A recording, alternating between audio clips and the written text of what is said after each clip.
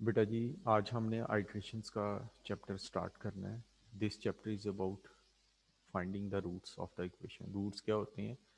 कभी हम ये देखते हैं कि कहाँ पर हमारा कर्व जो है वो एक्स एक्सिस को टच कर रहा है, कहाँ पर, यानी कि एक हमारा कर्व होता है और दूसरा हमारे पास लाइन होती है एक्स एक्सिस जिसकी इक्वेशन है y इज इक्वल टू 0. हम इन दोनों के point of intersection find out करते हैं. रूट्स असल में क्या होते हैं? पॉइंट ऑफ इंटरसेक्शन होते हैं. कभी वो कर्व और एक्स एक्सिस के होते हैं और कभी वो दो कर्व्स के दरमियान में भी हो सकते हैं. अब this chapter is about finding the roots. अब हम अपने नोन कर्व्स जो हमें पता है उनसे हम आगे अपने इस चैप्टर को बढ़ाएंगे. This one is f of x is equal to x square minus 2x minus 3.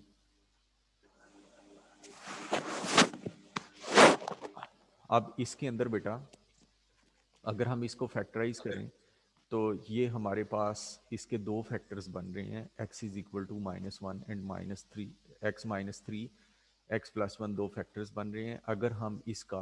y axis के साथ अगर हम इसका y एक्सिस के साथ जो है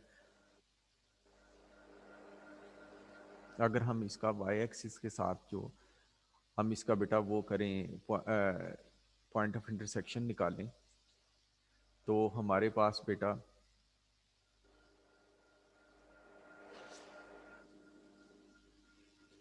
अगर हम y एक्सिस के साथ इसका पॉइंट ऑफ इंटरसेक्शन निकालें तो हमारे पास दो वैल्यूज आती हैं, एक x इज इक्वल टू -1 और एक x इज इक्वल टू 3. अगर हम ग्राफ पर देखना चाहें तो एक इक्वेशन हमारे पास थी, ये थी f of x is equal to 0 और दूसरी थी हमारे पास f of x is equal to x square minus 2x minus 3. इन दोनों के पॉइंट ऑफ इंटरसेक्शन -1 एंड 3 आ गए. अब आगे जो हमने बात नोट करनी है, अगर हम f ऑफ 2 फाइंड आउट करें, f ऑफ 2 यहाँ पर है,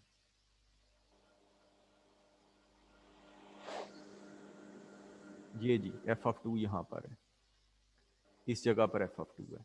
अगर हम f ऑफ 2 फाइंड आउट करें तो उसकी वैल्यू आती है -3. राइटली आप देख सकते हैं कि वो जो है बिलो एक्स एक्सिस है और लेस देन 0 है. ये यहाँ पर हमने f ऑफ 2 फाइंड आउट किया है, ये उसकी वैल्यू -3 आ रही है. अगर हम f ऑफ 4 फाइंड आउट करें तो 5 आंसर आ रहा है, ये जी विच इज़ ग्रेटर देन 0. ये देख लें जी, 5 पर ये वैल्यू आती है और 2 पर ये वैल्यू आती है. अब हमने क्या किया है? हमने ये किया है कि जो भी हमारा रूट था 3, हमने उसके बिफोर एंड आफ्टर कर्व का साइन चेक किया है.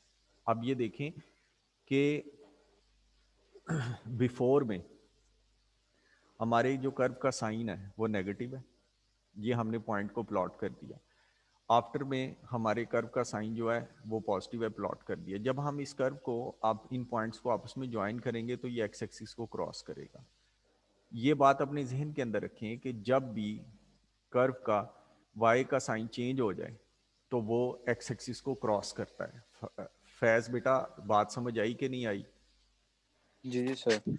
यानी कि एक वैल्यू, दो वैल्यूज पर कर्व का साइन चेंज हो रहा है, वाई का साइन चेंज हो रहा है. पहले नेगेटिव था फिर पॉजिटिव हो गया, यानी कि जब हम कर्व को आपस में ज्वाइन करेंगे तो वो एक्स एक्सिस को क्रॉस करता हुआ गुजरेगा. जी तलाल, ये समझ आई कि नहीं आई? जी सर, बिल्कुल आ गई है। अब इसमें देखें बेटा, ये हमने इसको ऑब्जर्व कर लिया, चेंज ऑफ साइन को ऑब्जर्व कर लिया. अब f of x is equal to sine of x है, ये उसका ग्राफ है. अब इसके अंदर क्या है? x is equal to 3.14 is a root, ये आपको नजर आ रहा है. पाए जो है यहाँ पर ये एक्स एक्सिस को इंटरसेक्ट करता है. अब हम पाए से पहले और पाए के बाद में कर्व का साइन चेक करते हैं. f(3) निकालते हैं, रेडियंस में चेंज करके ये पॉजिटिव आ गया. ये हमें नजर आ रहा है कि 3 पर जो है y की वैल्यू पॉजिटिव है. अब हम 4 पर चेक करते हैं, ये नेगेटिव आ गया. ये जी यहाँ पर इसका ये आंसर है 0.757. अब ये देखें, रूट से पहले और बाद में y का साइन चेंज हो जाता है. ठीक है जी. The sign of y is opposite before and after the root. ये बात आपने अपने जहन के अंदर सेव कर लेनी है. अब इसकी मैं साथ साथ जो इंपॉर्टेंट है ना उनकी पिक्चर्स जो हैं वो मैं आपको